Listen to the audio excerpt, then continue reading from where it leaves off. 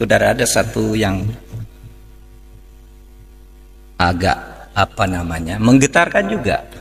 Ketika mungkin sudah banyak yang baca buku ini, sebuah buku kecil, ya, judulnya Life After Death, hidup sesudah mati, ditulis oleh Raymond Moody. Raymond Moody ini adalah seorang dokter yang karena pinternya dia di dalam bidang kedokteran kemudian dijadikan guru besar di bidang filsafat kedokteran. Nah, ketika dia mengajar ditanya oleh mahasiswanya, Pak Moody, Bapak dokter yang sudah nangani banyak ribuan orang mati, banyak menyelamatkan orang tapi sering juga gagal. Mahasiswanya tanya, Dok, kalau orang mati itu pergi kemana? Kalau orang mati itu pergi kemana? Nah, ini sebagai dosen tertantang, saya dosen. Tidak bilang saya ini gaib, saya harus penelitian. Lalu dia lakukan penelitian. Apa penelitian? Penelitiannya itu 100 orang yang pernah mati diwawancarai oleh dia. Ada orang pernah mati banyak, dia kirim surat ke rumah sakit. Apa tempatmu pernah ada orang mati lalu hidup lagi? Ada namanya John, mati jam sekian, tiba-tiba jam 6 sore hidup. Ada yang mati 2 jam, ada yang 6 jam, 7 jam. Nah, dicatat namanya, dicari alam, lalu diwawancarai. Ketika ditanya, apa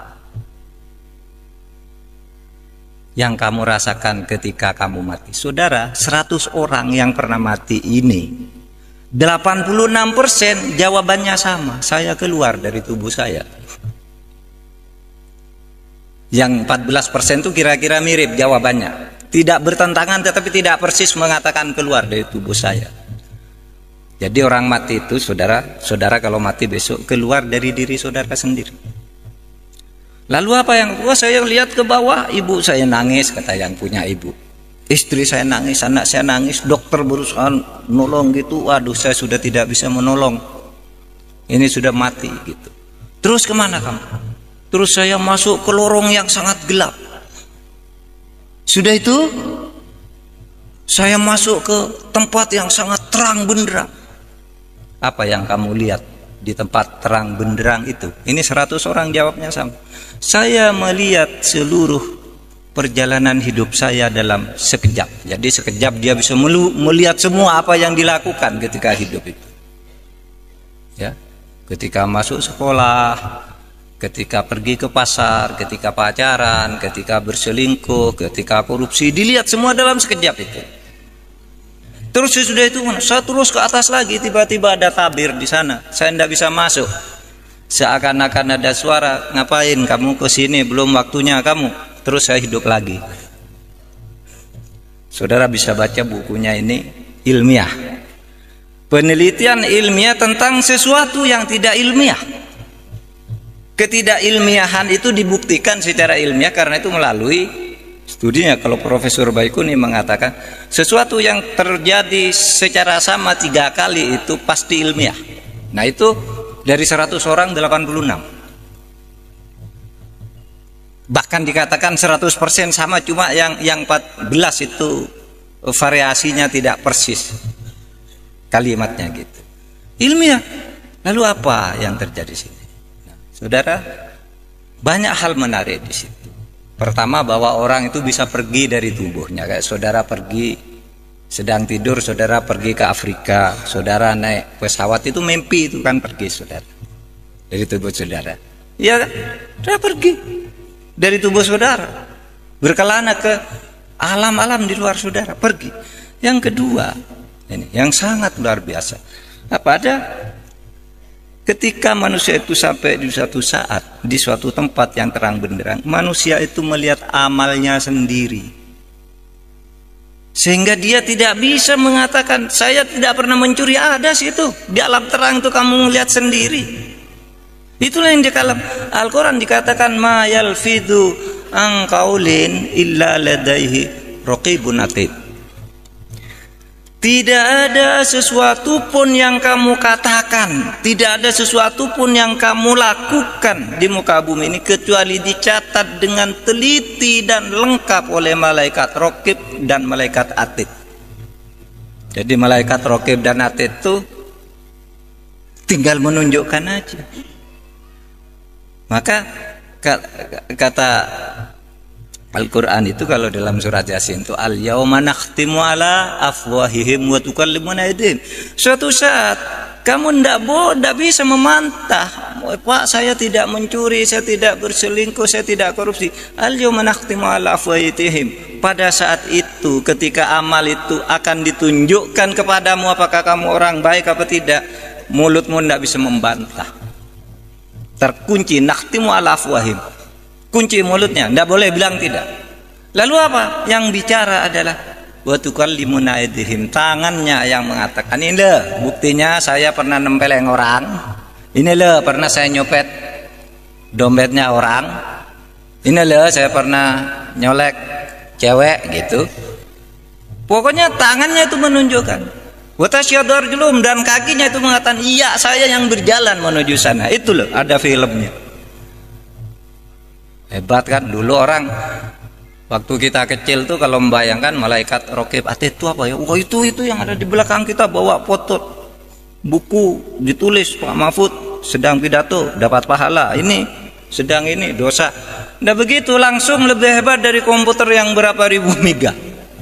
Langsung bisa dilihat dalam sekejap, dan itu dialami oleh orang yang pernah mati, dan itu bukan orang Islam tetapi mengonfirmasi apa yang dikatakan oleh Al-Quran tentang catatan di alam sana.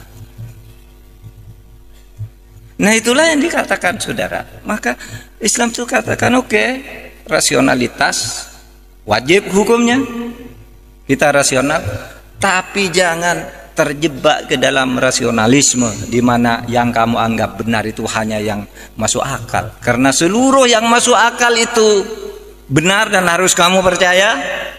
Tetapi di luar itu banyak yang tidak masuk akal, yang justru mungkin lebih banyak dari yang masuk akal, yang juga mempengaruhi kehidupan dan selalu ditunjukkan oleh Tuhan. Taklahlah kalau itu dikatakan belum sampai itu bisa saja kan ketika suatu saat itu yang terakhir, saudara, saya juga pernah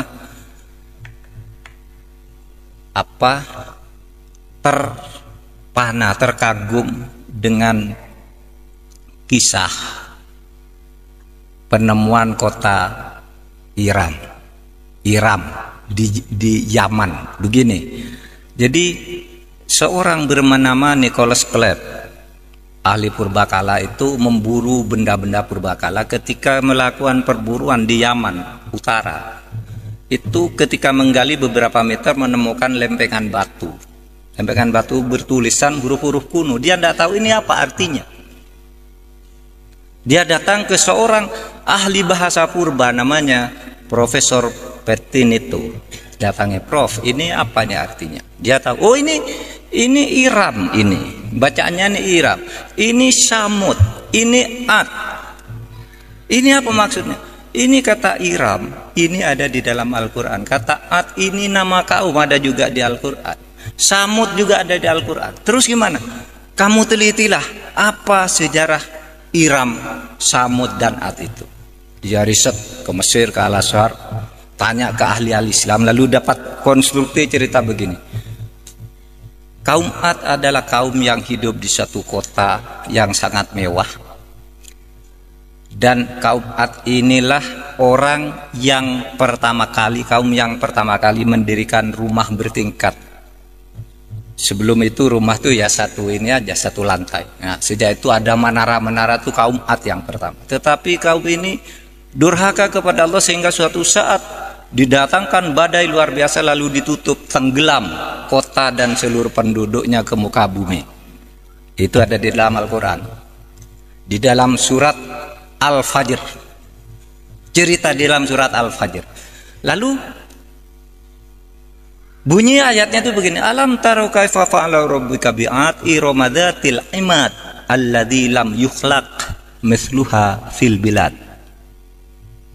Tahukah engkau apa yang diperbuat, yang dilakukan oleh Allah terhadap kaum Ad yang durhaka kepada Allah itu?